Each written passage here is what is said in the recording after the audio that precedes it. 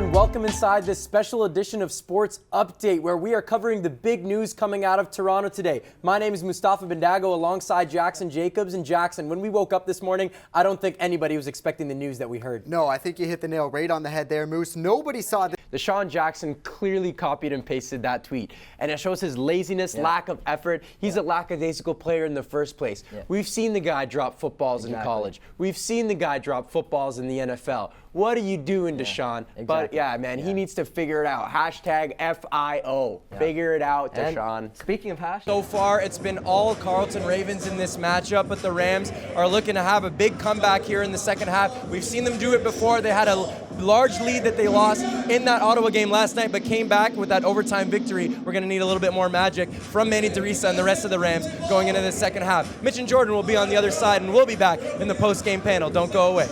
Well, one person that's going to be filling the void, and as you mentioned, you might be coming back next year, JV. Most definitely coming back. Definitely coming back. You heard it yeah. here first on Rams Live. JV is making sure that he's going to be back on the team, and one thing that you're really going to try to do is take that leadership role. How much have you learned from Juwan and Nadika as they've spoken to the team, even dealing with Randa, dealing with things off of the court? You know what? One thing,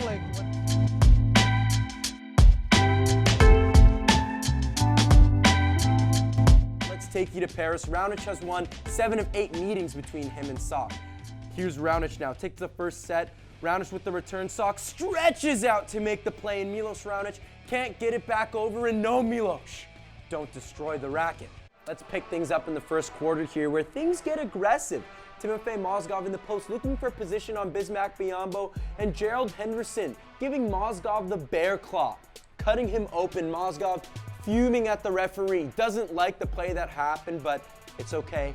The big Russian is all patched up there and looking not as scary for the kids at home. Second half we go now. Charlotte with a healthy 16-point lead, and here's Zeller with the crossover and just throws it down, absolutely destroying Kenneth Farid. The Manimal looking less man and more animal on that play. The bench, hold me back. Loving it.